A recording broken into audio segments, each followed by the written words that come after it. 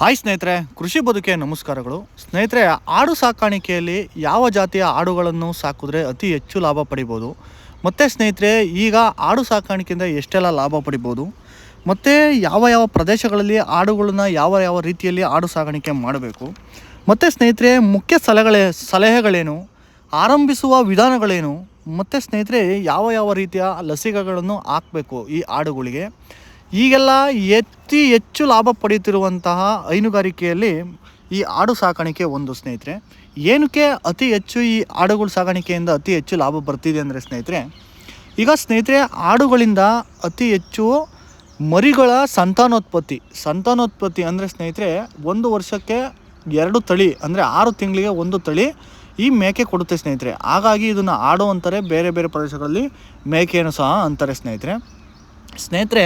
ಇದನ್ನು ಅತಿ ಹೆಚ್ಚು ಬೇಡಿಕೆ ಇರೋದು ಮಾಂಸಕ್ಕೆ ಸ್ನೇಹಿತರೆ. ಮಾಂಸದ ಬೇಡಿಕೆ ಹೆಚ್ಚಿರೋದ್ರಿಂದ ಅತಿ ಹೆಚ್ಚು ಈಗ ಸಾಗಾಣಿಕೆ ಮಾಡುವವರ ಸಂಖ್ಯೆ ಸಹ ಅತಿ ಹೆಚ್ಚಿದೆ ಸ್ನೇಹಿತರೆ. ಹಾಗಾಗಿ ಅತಿ ಹೆಚ್ಚು ಜನ ಈ ಹೈನುಗಾರಿಕೆಯಲ್ಲಿ ಆಡುಗಳನ್ನು ಒಂದು ಕೃಷಿಗೆ ಮೂಲ ಕಸುಬಾಗಿ ಇದನ್ನು ಆಯ್ಕೆ ಮಾಡ್ಕೊಂಡಿದ್ದಾರೆ.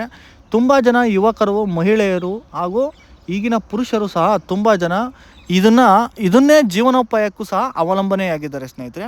ಏನಕ್ಕೆ ಅಂದರೆ ಅತಿ ಹೆಚ್ಚು ಲಾಭ ಪಡೆಯೋದ್ರಿಂದ. ಯಾವ ರೀತಿಯಲ್ಲಿ ಲಾಭ ಪಡಿಬೋದು, ಯಾವ ತಳಿಗಳನ್ನ ಅತಿ ಹೆಚ್ಚು ಸಾಕಿದ್ರೆ ಲಾಭ ಪಡಿಬೋದು ಅಂತೇಳಿ ತಿಳಿಸ್ಕೊಡ್ತಾ ಹೋಗ್ತೀನಿ ಸ್ನೇಹಿತರೆ. ಮೊದಲಿಗೆ ನೀವು ಪ್ರಾರಂಭ ಮಾಡೋಕ್ಕೆ ವಿಧಾನ ತಿಳ್ಕೊಬೇಕು ಸ್ನೇಹಿತರೆ. ಏನು ವಿಧಾನ ಅಂತಂದರೆ ಯಾವ ರೀತಿಯ ತಳಿಗಳನ್ನ ನಾವು ಮಾಡಬೇಕು ಅಂತ ಸ್ನೇಹಿತರೆ. ಮೊದಲಿಗೆ ನೀವು ಈ ಆಡು ಸಾಕಾಣಿಕೆ ಪ್ರಾರಂಭ ಮಾಡೋಕ್ಕೆ ಮೊದಲು ಸ್ನೇಹಿತರೆ ಮಾರುಕಟ್ಟೆಗಳಲ್ಲಿ ಅಧ್ಯಯನ ಮಾಡಬೇಕು ಸ್ನೇಹಿತರೆ. ಅಂದರೆ ಮಾರುಕಟ್ಟೆಗಳಲ್ಲಿ ನೀವು ವ್ಯವಹಾರ ಅಂದರೆ ನೀವು ಸಾಗಾಣಿಕೆ ಮಾಡಿದ್ರೆ ಅದನ್ನು ಯಾವ ರೀತಿ ಮಾರಾಟ ಮಾಡಬೇಕು, ಯಾವ ಥರ ಮಾರಾಟ ಮಾಡಬೇಕು, ಯಾವ ಥರ ಗ್ರಾಹಕರನ್ನ ಸೆಳಿಬೇಕು ಅನ್ನೋದು ನಿಮಗೆ ಮೊದಲ ಕಾನ್ಸೆಪ್ಟ್ ಇದು ಗೊತ್ತಿರಬೇಕು ಸ್ನೇಹಿತರೆ. ಒಂದು ಸ್ನೇಹಿತರೆ, ನೆಕ್ಸ್ಟು ನೀವು ಉತ್ತಮ ತಳಿನ ಆಯ್ಕೆ ಮಾಡ್ಕೊಬೇಕು. ಯಾವ ತಳಿ ಆಯ್ಕೆ ಮಾಡ್ಕೊಬೇಕು, ಯಾವ ತಳಿ ಆಯ್ಕೆ ಮಾಡ್ಕೊಂಡ್ರೆ ಅತಿ ಹೆಚ್ಚು ಲಾಭ ಕೊಡುತ್ತೆ ಅನ್ನೋದು ನಿಮಗೆ ಗೊತ್ತಿರಬೇಕು. ಮತ್ತು ಶೆಡ್ನ ನಿರ್ಮಾಣ ಹೇಗೆ ಮಾಡ್ಕೊಬೇಕು ಅನ್ನೋದು ನಿಮಗೆ ಗೊತ್ತಿರಬೇಕು. ಮತ್ತು ಸ್ನೇಹಿತರೆ ಮೇವಿನ ವ್ಯವಸ್ಥೆ ಅಂತಂದರೆ ಯಾವ ಮೇವು ಅಂದರೆ ಸ್ನೇಹಿತರೆ ಒಣ ಹುಲ್ಲಾಗಿರ್ಬೋದು, ಇಲ್ಲ ಹಸಿ ಹುಲ್ಲಾಗಿರ್ಬೋದು, ಇಲ್ಲ ಅಂದರೆ ನಾವು ಶೆಡ್ಗಳಲ್ಲಿ ಫಾರಮ್ ಮಾಡ್ಕೊಂಡು ಅದನ್ನು ಹೇಗೆ ಸಾಗಾಣಿಕೆ ಮಾಡೋದು ಅನ್ನೋದು ಮೊದಲಿಗೆ ನಿಮಗೆ ಇದು ಸಂಪೂರ್ಣವಾಗಿ ನಿಮಗೆ ಗೊತ್ತಿರಬೇಕು ಸ್ನೇಹಿತರೆ.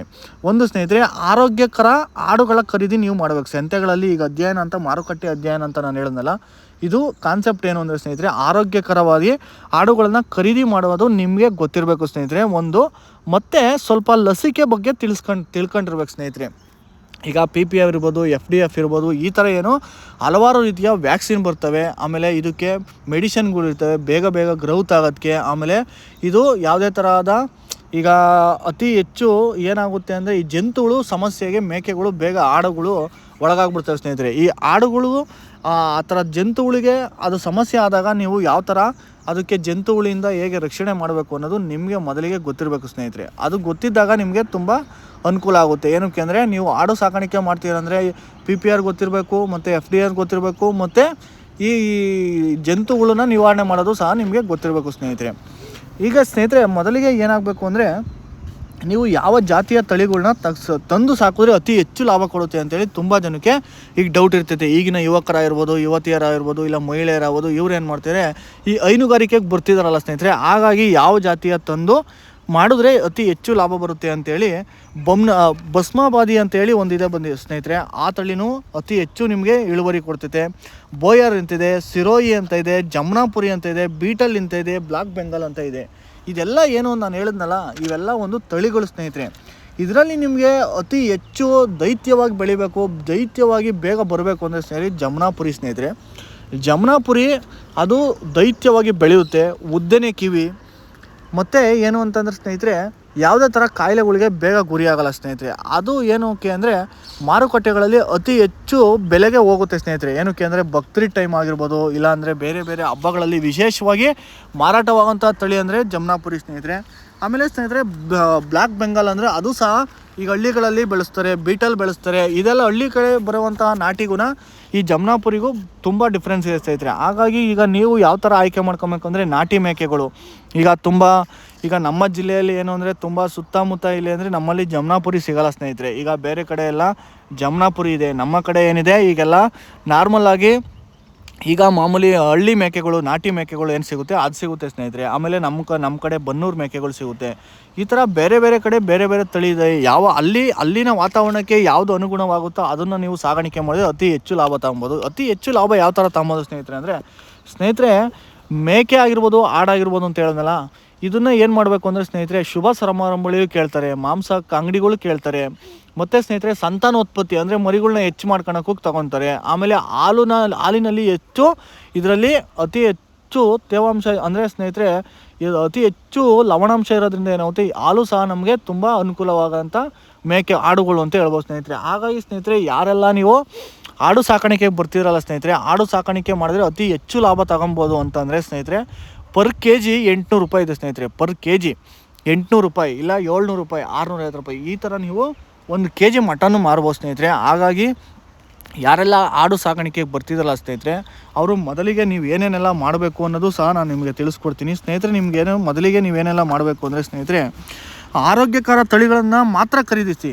ಮೇವು ಬೆಳೆಸಿದರೆ ಆಹಾರ ವೆಚ್ಚ ಕಡಿಮೆ ಆಗುತ್ತೆ ಸ್ನೇಹಿತರೆ. ನೀವು ತನ್ನ ನೀವು ಮೇವನ್ನ ಕೊಡಬಾರ್ದು ಸ್ನೇಹಿತರೆ. ನೀವು ಆರೋಗ್ಯಕರ ತಳಿ ಮೇಕೆಗಳನ್ನ ನೀವು ಸಂತೆಯಿಂದ ತಂದರೆ ಮೇವು ಅಂದರೆ ಸ್ನೇಹಿತರೆ ನೀವೇನ ಬೆಳೆಸ್ಕೊಂಡ್ರೆ ತುಂಬ ಒಳ್ಳೆಯದು. ಅಂದರೆ ನೀವು ಏನು ಈಗ ಅದಕ್ಕೆ ಏನೇನು ಆಹಾರ ಕೊಡಬೇಕಲ್ಲ ಸ್ನೇಹಿತರೆ. ಈಗ ಒಣಹುಲ್ಲು ಅಂದರೆ ರಾಗಿ ಹುಲ್ಲು ಇರ್ಬೋದು, ಇಲ್ಲ ಅಂತಂದರೆ ನೇಪಿಯರ್ ಹುಲ್ಲು ಇರ್ಬೋದು, ಇಲ್ಲ ಅಂತಂದರೆ ಶೆಡೆ ಸೊಪ್ಪು ಅಂತಾರೆ ನಮ್ಮ ಕಡೆ, ಅದನ್ನು ಬೆಳೆಸ್ಕೊಬೇಕು. ಮತ್ತು ಈ ಜೋಳ, ಮಿಸ್ಕಿನ್ ಜೋಳ ಬರುತ್ತೋ ಅದನ್ನು ಬೆಳೆಸ್ಕೊಂಡ್ರು ಇದಕ್ಕೆ ನಿಮಗೆ ಈ ಥರ ನೀವು ಆಹಾರ ನೀವು ಬೆಳೆಸ್ಕೊಂಡಾಗ ಏನಾಗುತ್ತೆ ನಿಮಗೆ ಅಂದರೆ ಖರ್ಚು ಕಮ್ಮಿ ಆಗುತ್ತೆ. ಇಲ್ಲ ಅಂತಂದರೆ ನೀವು ಹಲವಾರು ಅಂದರೆ ವಿಶಾಲವಾಗಿರುವಂಥ ಪ್ರದೇಶದಲ್ಲೂ ಸಹ ನೀವು ಇದನ್ನು ಸಾಗಾಣಿಕೆ ಮಾಡಿ ಲಾಭ ಪಡಿಬೋದು ಸ್ನೇಹಿತರೆ. ಸಮಯಕ್ಕೆ ಮತ್ತು ಸ್ನೇಹಿತರೆ ಲಸಿಕೆ ಜಂತುಗಳು ನಿರ್ವಹಣೆ ಮಾಡಿ. ಅಂದರೆ ಇದಕ್ಕೆ ಮೇನ್ ಏನು ಅಂತಂದರೆ ಇದಕ್ಕೆ ಜಂತುಗಳು ಮತ್ತು ಲಸಿಕೆದೊಂದು ನೋಡ್ಕೊಂಡ್ರೆ ಸಾಕು ಸ್ನೇಹಿತರೆ.